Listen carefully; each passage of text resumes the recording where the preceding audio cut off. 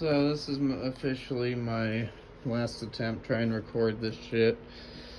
I wanted to do a background of everything having to do with narcolepsy.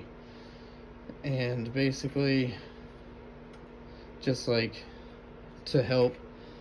Maybe you have it, a loved one has it, family member has it, and they're dealing with it, to better equip yourself for how you could be dealing with it, because you deserve that. You deserve to be able to deal with this in any way that makes you feel most comfortable.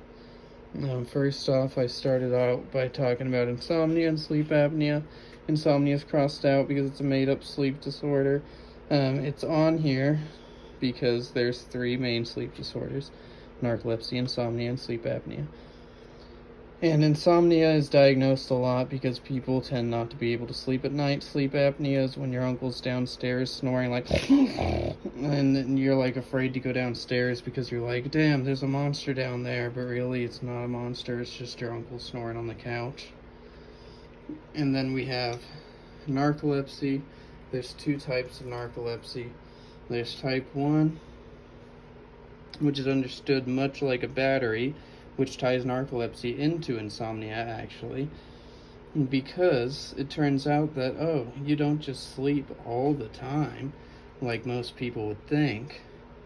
You're actually like a battery. So you sleep 2 hours, and then you stay up for 1, and then you can sleep for like 1 hour. So let's say that you sleep for 4 hours somehow. It's a miracle if you do. Let me know what you're doing, because good on ya. And then you'll be up for 2 hours, and then maybe you can sleep for 1 hour after that. So it makes sleeping at night and having a normal life very difficult to try and do that. Now we're up to speed, so let's go to type 2. And type 2 is all of that sleepiness, but with something I like to call cataplexy. Cataplexy is the sudden loss of muscle control with strong emotion. What does that mean exactly? Oh yeah, and by the way, before we continue, I took my jacket off because it's kind of hot in here.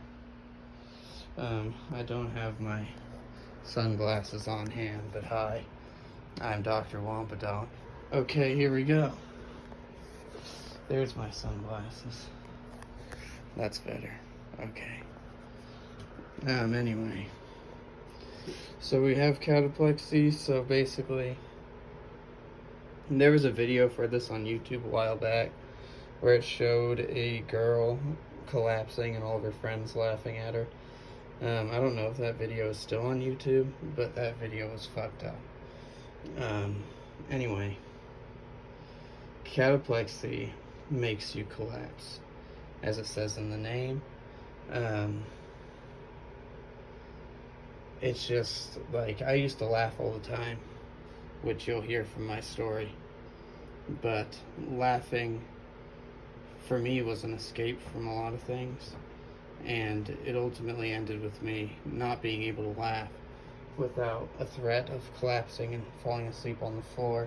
And also, depending on how low your battery is, you're more likely to experience this cataplexy and fall onto the ground. So background for me now, we have, so this is going to be, I guess, chapter 2. We have before narcolepsy. Before narcolepsy. Okay, so before. I guess you could say I was quote unquote popular, which means that I had a lot of friends. A lot of people knew me. I had a lot of acquaintances, girlfriends. I don't want to get started with other things, but basically BPD is a big part of it that I still need to get diagnosed. But I definitely have more than 5 of the 9 whatevers. Shout out to Dr. Phil. But anyway, I always felt like relationships were an end all. That without a relationship, how could I be happy? And it started with a girl named Gabby. She'll be fine with me saying her name. And down the road, after that year, I let go of my friends. I started focusing on her. She introduced self-harm into my life, into hers as well.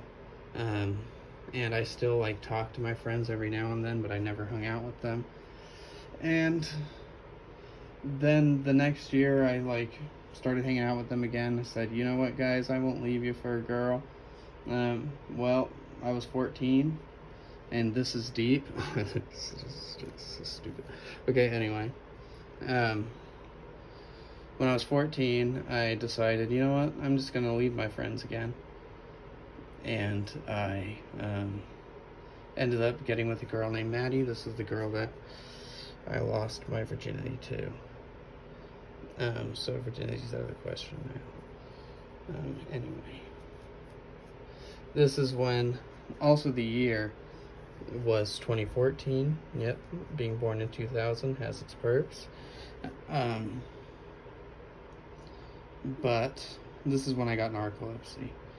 And the way that happened is, I guess it was 2015 is when I was diagnosed, okay, because I was born in September.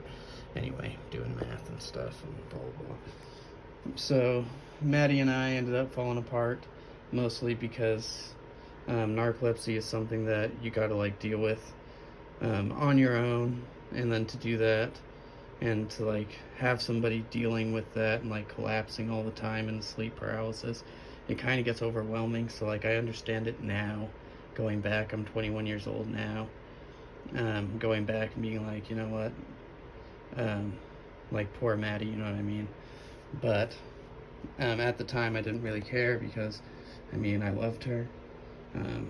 Again, with the BPD and stuff like that, she was everything to me. And her and I had a relationship that lasted 8 months. Anyway, fast forward a little bit past this. When I first got diagnosed with narcolepsy, as soon as I got it, there's one memory in particular that I remember. It's called the Frisbee memory. So I'm just going to draw a flimsy Frisbee real quick, I guess. And I was out in the football field with friends and stuff like that. And there's one friend named Kayla, another friend named Gabe, who was some white dude or whatever. And we were playing, throwing the Frisbee around. Gabe had just thrown the Frisbee or whatever, and I was going to catch it. So here's my hand going to catch it. I don't know why. Yep, that's a right number of fingers. I don't know why it looks like a foot. But I was going to catch it, and I just collapsed onto the floor. And now here I was in my sadness, just on the floor, struggling to get up or whatever. And they were both laughing. I was laughing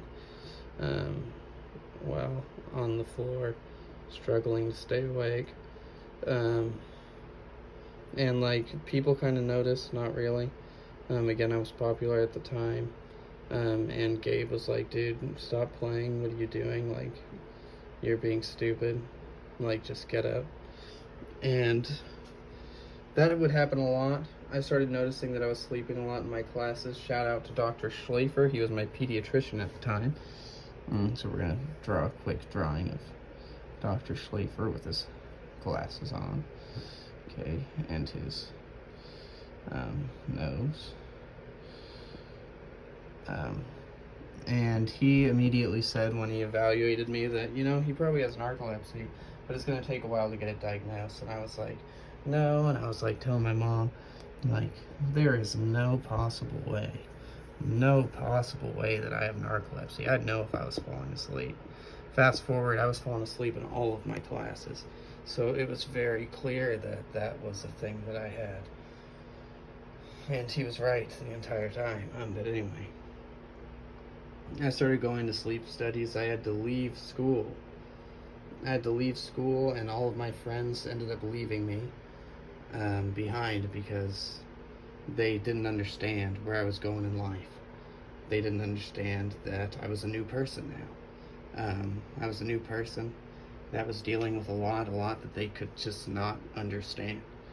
And so they left me behind. This was a terrible freaking time to get it. It was 8th to 9th grade. So going into high school, going from like this big milestone in school to like huge big school pep rallies and loudness and stuff like that. Anyway, and I went to public school, so there's a lot of people there. Anyway, going down the road, I go to a bunch of doctors and stuff like that. And all these doctors, for some reason, they just loved to call me by the name Bud and Buddy, which is something that I realized getting narcolepsy. A lot of people called me by the name Bud or Buddy, and I have like separate videos on that, but that just offends me so much. Those are fighting words to me. I hate being called Bud or Buddy because they used it as a demeaning term my entire life, going through everything that I went through. It's just a terrible thing to call somebody, in my own opinion, especially in a place of status like that. And what ended up happening mostly is that when it comes to narcolepsy and everything like this, and they would keep me there for multiple days, and I ended up losing respect for doctors, but I also came up with like a respect complex, where like I realized that it doesn't matter how old you are, because old age does not equal wisdom. Like, that does not correlate. The reason that it ends up correlating in the end is because old people have a lot of experience, because experience equals wisdom. And I realized that these people, these doctors who would call me Bud or Buddy, I'll just like make the snarkiest face that I can think of. Those are lips. There we go. Snarky doctor ass. Okay, anyway. Here we go. We got the doctor thing there. But these dudes and women, like, they had their colleges paid for and everything like this. A lot of them just get into the doctor, whatever, because their family is like doctors, so they get like recommended, and it's all corrupt and shit like that. And it's like, you know nothing compared to what I know and what I've had to deal with just in this short amount of time. And that's when I decided, you know what, you don't deserve respect, because I told them straight out, don't call me Bud, don't call me Buddy, especially if you're using it as a demeaning term. And they said, all right, whatever, buddy, like, whatever you want, you're stuck here, we'll tell you when you can go home. And they like did EEGs, which an EEG is basically this: they put all the tentacles like on your forehead so they can like measure your brain waves and stuff when you sleep. And like, I hated that so much, so I started referring them to like bitch and asshole. And my mom was like, whoa, take a step back, Alex, you need to respect your elders. And I was like, no, Mom. And I told her about my complex. I still support this, because, like, this is what I'm doing right now.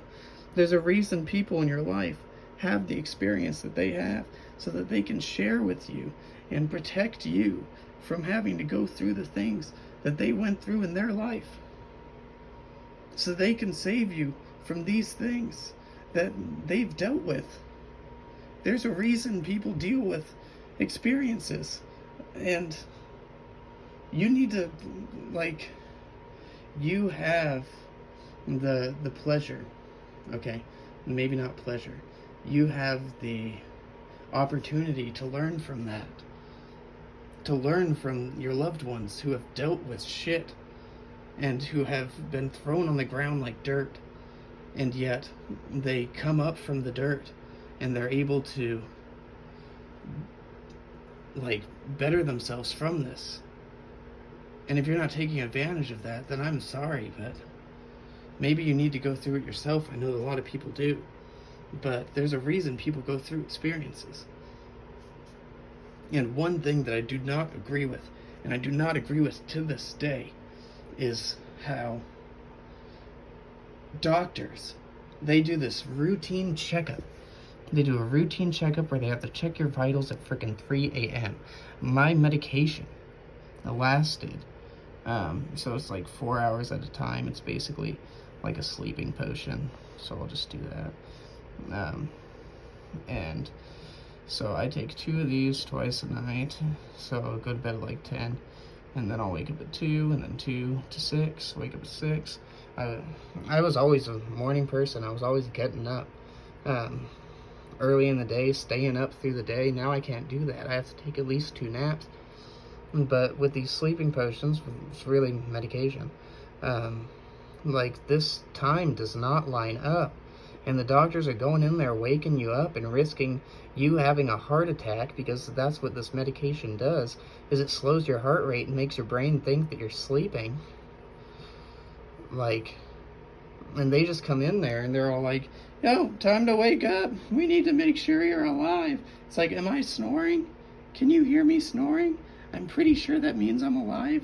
Get the hell out of this room. That's why I still don't like going to hospitals to this day, especially if I know that I'm going to have to stay overnight. Anyway, it took a long time to get overdose. That's not funny. Okay. It took a long time to get diagnosed with narcolepsy. And they tried a lot of different medications before they got me on this sleep potion, which they tried Adderall. And Adderall works differently for people with a narcoleptic brain, and it works differently for people with a narcoleptic brain because it just helps them stay awake. In return, like, I tried to do football because I love football. I was a running back and stuff back in middle school, and I ended up getting a kickoff touchdown, which is awesome.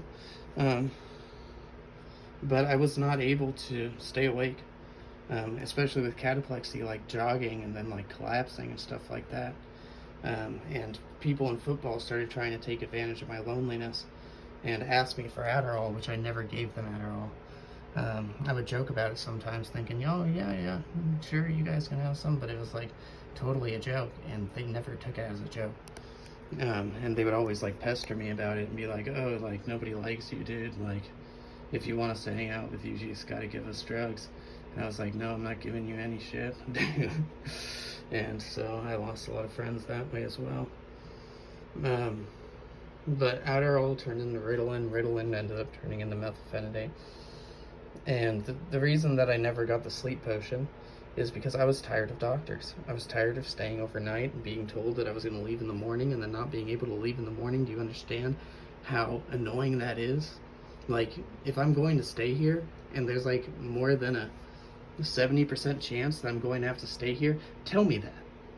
Don't tell me, oh yeah, well, might be able to discharge you in the morning and then keep me there for freaking 2 days because you're too lazy to do your fucking job. Okay. Anyway, going on about this. So we have the sleep medication. I had to stay overnight. My mom ended up paying me $100 because I did not want to stay there.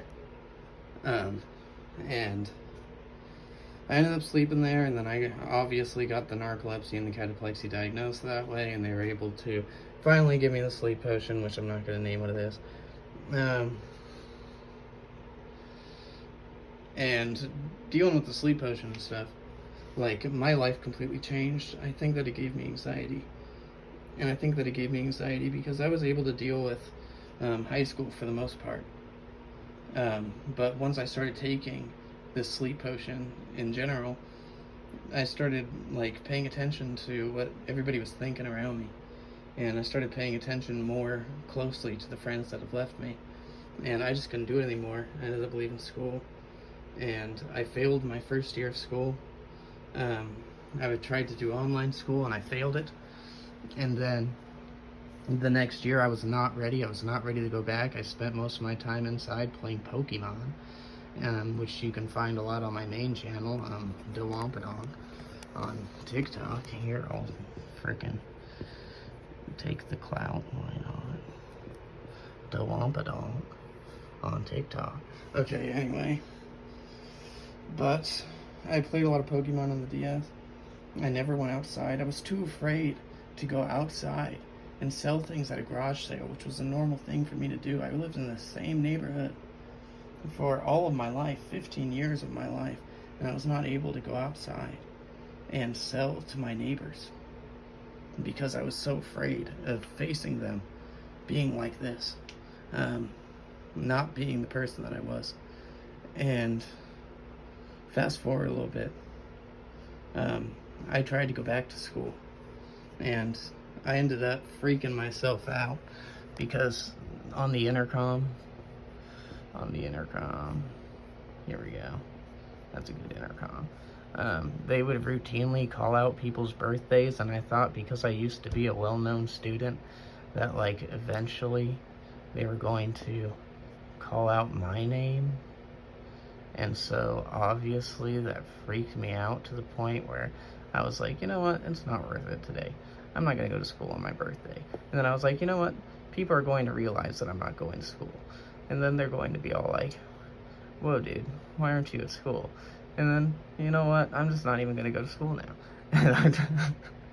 So I left school again. I have now failed 1.5 years of high school. And it was my fault. I don't want to blame narcolepsy. And I don't regret having narcolepsy because, again, because of the wisdom complex. But fast forward a little bit, I ended up finding K-12. K-12 was a miracle to me because something snapped in my brain. Something, snapped in my brain, where it was just like, you know what, I can do school.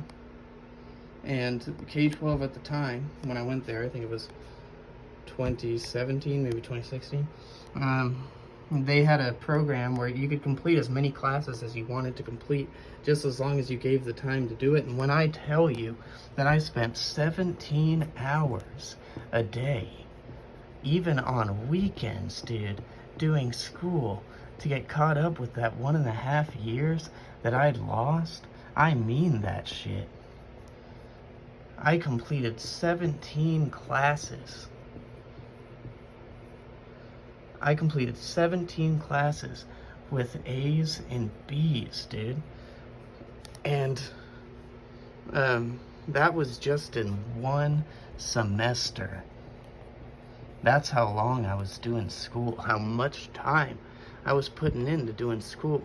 And I went in my junior year, and I ended up getting this band because they were like, dude, this is OP. People are just changing their lives. And they only made it so we could have 6 classes.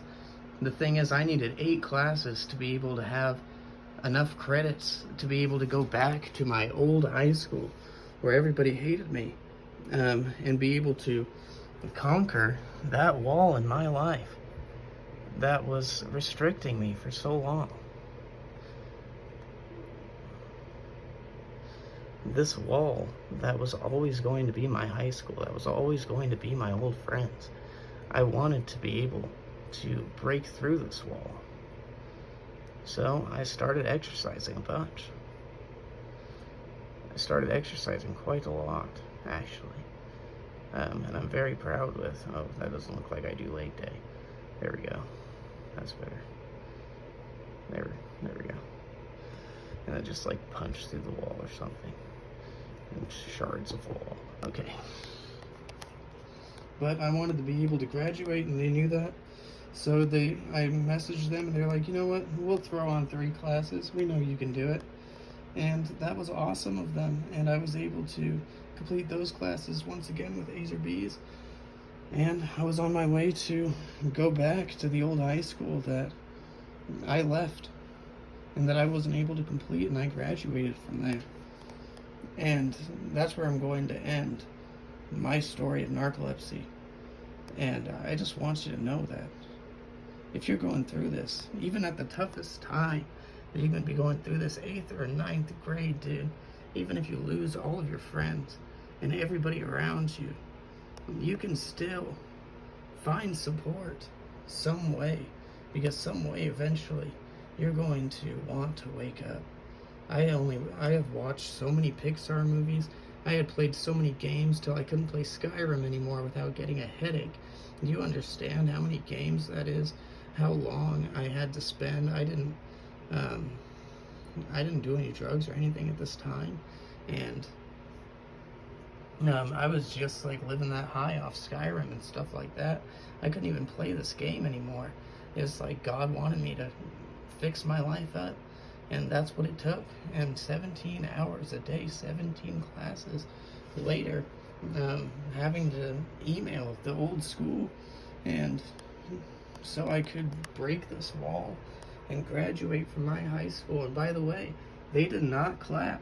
For a lot of people, nobody really talked to me at that school because they knew who I was.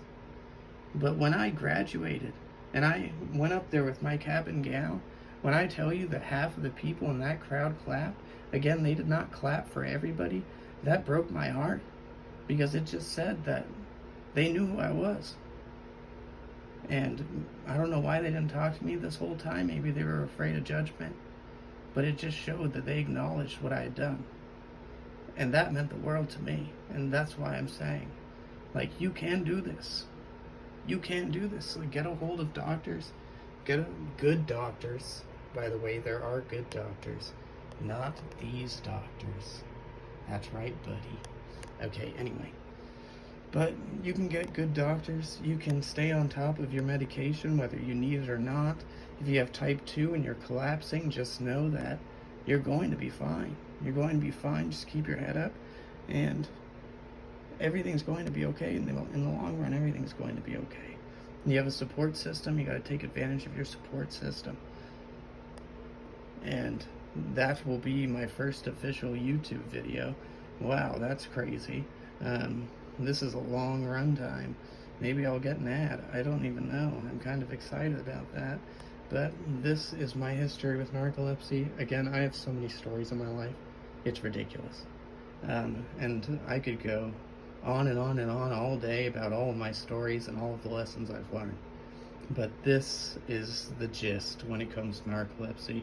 The beginning, the fall, and the end. So, thanks for listening. And hang in there.